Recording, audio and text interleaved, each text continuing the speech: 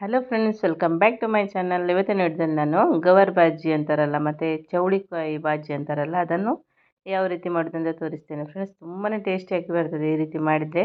ಚಪಾತಿಗಂತೂ super ಆಗ್ತದೆ friends. ಎಷ್ಟು ಚೆನ್ನಾಗಂದರೆ ಅಷ್ಟು ಚೆನ್ನಾಗ್ತದೆ. ಮಕ್ಕಳಿಂದ ದೊಡ್ಡವರಿಗೂ ಎಲ್ರಿಗೂ ಕೂಡ ತುಂಬಾ ಇಷ್ಟ ಆಗ್ತದೆ. ಇದು ಟಿಫಿನಿಗೆ ಕೂಡ ಮಾಡಿ ಕೊಡ್ಬೋದು, ಅಷ್ಟು ಚೆನ್ನಾಗಾಗ್ತದೆ ಫ್ರೆಂಡ್ಸ್. ಒಮ್ಮೆ ಈ ರೀತಿ ಮಾಡಿ ನೋಡಿ. ವಿಡಿಯೋನ ಸ್ಕಿಪ್ ಮಾಡಿದೆ ಪೂರ್ತಿಯಾಗಿ ನೋಡಿ.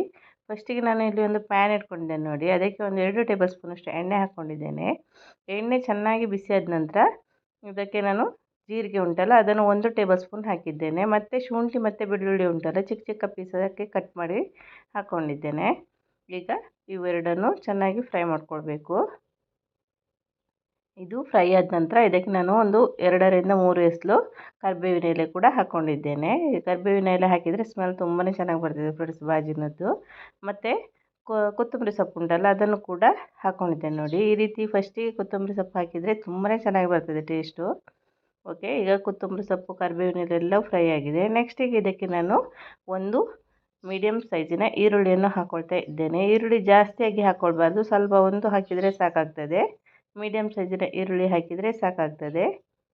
ಓಕೆ, ಈರುಳ್ಳಿ ಸ್ವಲ್ಪ ಕೆಂಪಾಗೋ ತನಕ ಫ್ರೈ ಮಾಡ್ಕೊಳ್ಬೇಕು. ನೆಕ್ಸ್ಟ್ ಈಗ ಇದಕ್ಕೆ ನಾನು ಉಪ್ಪು ಮತ್ತು ಅರಶಿನ ಸೇರಿಸ್ಕೊಳ್ತಾ ಇದ್ದೇನೆ. ನಾನು ಟೊಮೆಟೊ ಹಾಕ್ತಾ ಇಲ್ಲ, ನಿಮಗೆ ಬೇಕಿದ್ದರೆ ಹಾಕಿ, ಹಾಕದಿದ್ದರೂ ಚೆನ್ನಾಗಿ ಆಗ್ತದೆ ಟೇಸ್ಟು.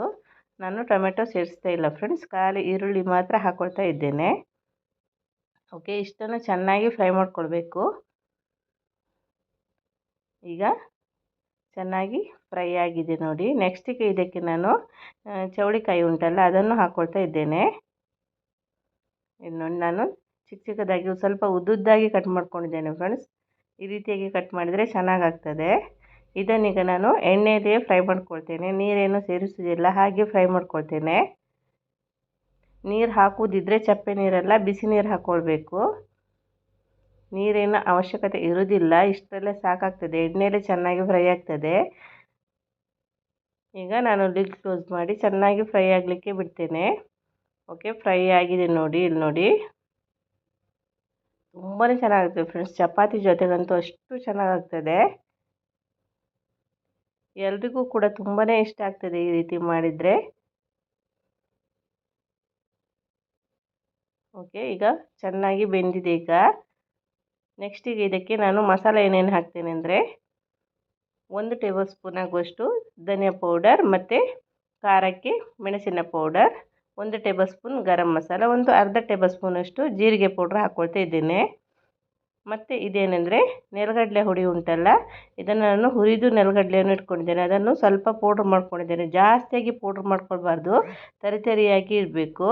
ಈಗ ನಾನು ಇದಕ್ಕೆ ನೀರು ಸೇರಿಸ್ಕೊಳ್ತಾ ಇದ್ದೇನೆ. ನಾನು ಬಿಸಿ ನೀರನ್ನು ಹಾಕ್ಕೊಳ್ತಾ ಇದ್ದೇನೆ, ತಣ್ಣೀರಲ್ಲ, ಬಿಸಿ ನೀರು ಹಾಕ್ಕೊಳ್ತಾ ಇದ್ದೇನೆ.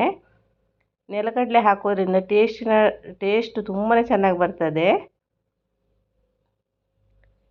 ಇದಕ್ಕೆ ತೆಂಗಿನಕಾಯಿ ತುರಿ ಕೂಡ ಕೆಲವರು ಹಾಕ್ತಾರೆ. ತೆಂಗಿನಕಾಯಿ ತುರಿಗಿಂತ ನೆಲಗಡಲೆ ಹಾಕಿದರೆ ಚಪಾತಿ ಜೊತೆಗಂತೂ ತುಂಬಾ ಚೆನ್ನಾಗಾಗ್ತದೆ ಫ್ರೆಂಡ್ಸ್.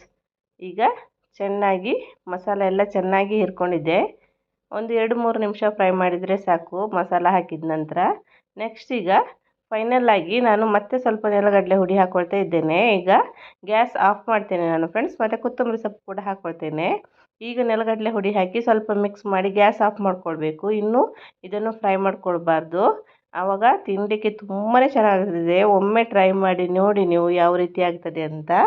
ಇದು ಮಕ್ಕಳಿಂದ ದೊಡ್ಡವರು ಎಲ್ರಿಗೂ ಕೂಡ ತುಂಬಾ ಇಷ್ಟ ಆಗ್ತದೆ. ಇದನ್ನು ಟಿಫಿನ್ ಬಾಕ್ಸಿಗೆ ಕೂಡ ಮಾಡಿ ಕೊಡ್ಬೋದು ಫ್ರೆಂಡ್ಸ್, ಅಷ್ಟು ಚೆನ್ನಾಗಾಗ್ತದೆ. ಇನ್ನು ನೋಡಿ ಯಾವ ರೀತಿಯಾಗಿದೆ ಅಂತ. ನಾನು ಚಪಾತಿ ಜೊತೆ ಕೂಡ ಸರ್ವ್ ಮಾಡಿ ತೋರಿಸ್ತೇನೆ ನೋಡಿ.